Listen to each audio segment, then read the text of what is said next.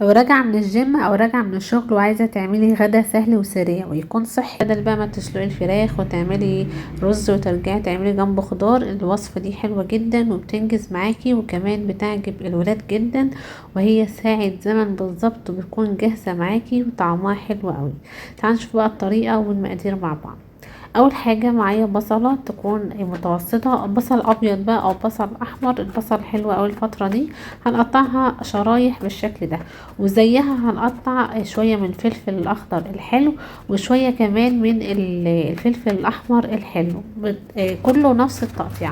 في طاسه بقى تكون تيفال هضيف مكعب من الزبده او معلقه من الزبده وعليها معلقه واحده من الزيت. هسيب بقى الزيت والزبده يسخنوا كويس قوي، وبعد كده هنزل بكيلو من قطع الفراخ الشاورما متقطعه بالشكل ده، وهبتدي ان انا انزل بالفراخ وابتدي ان انا اشوحها. اول ما لونها يتغير وتبتدي تنزل السوائل اللي فيها، هقفل عليها بقى الغطاء بتاع الطاسه وهسيبها لمده تلت ساعه على اهدى نار عندك، على نار هاديه خالص لحد ما الفراخ تستوي. هفضل اقلب فيها برضو لحد ما تتحمر معايا بالشكل اللي انتوا شايفينه ده، وضروري لازم تتحمر علشان طعمها في الاخر ما يكونش عامله زي المسلوقه. هنزل بمكعب كمان تاني من الزبده او معلقه من الزيت زي ما تحبي، وهنزل بعد كده بالبصل اللي قطعناه في اول الفيديو. هبتدي ان انا اشوحه، اول ما يبتدي ياخد لون هنزل بقى بالخضار المشكل او الفلفل المشكل. والوصفه دي اسمها او انا مسميها الشاورما السريعه، بيبقى طعمها حلو قوي.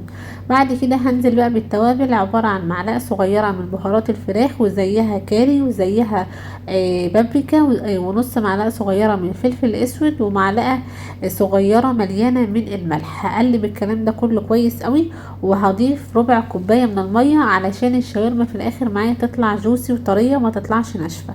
هغطي بقى الكلام ده لمده 5 دقايق بالظبط، وكلي بقى احلى شاورما. ممكن تعمليها بقى في سندوتشات مع رز زي ما تحبي، او كمان ممكن تعمليها في عيش شامي تعمليها زي الشاورما، بتبقى تحفة جدا. هنا بقى هعمل جنبها شوية من الرز البسمتي، معايا كوبايتين من شوربة الفراخ، هزود عليهم مكعبين من مرق الدجاج الفوري، ومعلقة صغيرة من الكاري، معلقة صغيرة من الكركم، وشوية من المنكهات عبارة عن ليمون ناشف وشوية من القرنفل، عود كده من القرفة. وهرجع ازود الشوربة دي كوبايتين من المية، لان انا هستخدم كوبايتين من الرز البسمتي. طبعا الرز البسمتي بننقعه قبل ما نستخدمه لمدة ساعة او ساعة ونص، فبالتالي بيزيد معانا، بيحتاج 6 كوبايات مية وعليهم مرق الدجاج فوري، يا اما 6 كوبايات شوربة. هضيف هنا بقى معلقة من الصلصة بتدي طعم حلو الرز البسمتي، ومعايا كوباية من البسلة والجزر تدي اضافة حلوة اوي للرز. بعد كده هدوق الملح بتاع الشوربة لو محتاج، وبعد كده هسيب البسلة تغلي مع الشوربة لمدة ربع ساعة يعني تستوي. وبعد كده هنزل بقى بالرز، هعلي الشعل على اعلى حاجة لحد ما الرز يبتدي يتشرب الشوربة بتاعته زي ما انتوا شايفين. وبعد كده بقى هديله تقليبة، ريحته وطعمه بيكون حلو جدا وبيعجب الولاد قوي. كمان في خضار، بدل ما نطبخ بقى الرز لوحده والخضار لوحده، لو في بقى ليمون في الرز كده او قرفة او قرنفل بنشيله قبل التقديم علشان ما يضايقش اللي هياكل. بعد كده هواري بغطا الحلة علشان الرز يفلفل معايا كده على نار برضو هادية قوي، 5 دقايق كده على اهدى نار عندك، بيطلع معاكي مفلفل وحلو جدا. بنقدمه بقى في طبق التقديم بالشكل ده. بجيب بولة بحط فيها الرز كده وبكبسه بالمعلقة علشان يعني يدي شكل حلو كده عند التقديم. وفي طبق التقديم بقى بقلب البولة بالشكل ده، وطبعا بقدم معاها بقى الشاورما السريعة اللي انا حضرتها معاكم.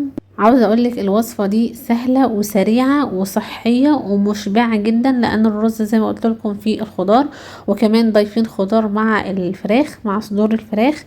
سريعة والله، هي ساعة زمن بالظبط لو انت راجعة من الشغل او عايزة تعملي غدا كده سهل وسريع بشوية رز كده وشوية فراخ وشوية بسلة. جربيها وبألف هنا عليكي. لو عجبكم بقى فيديو النهاردة ما تنسوش تعملوا لايك للوصفة واشتراك في القناة. نتقابل ان شاء الله في وصفات تانية جاية كتير. اسيبكم في امان الله وسلام.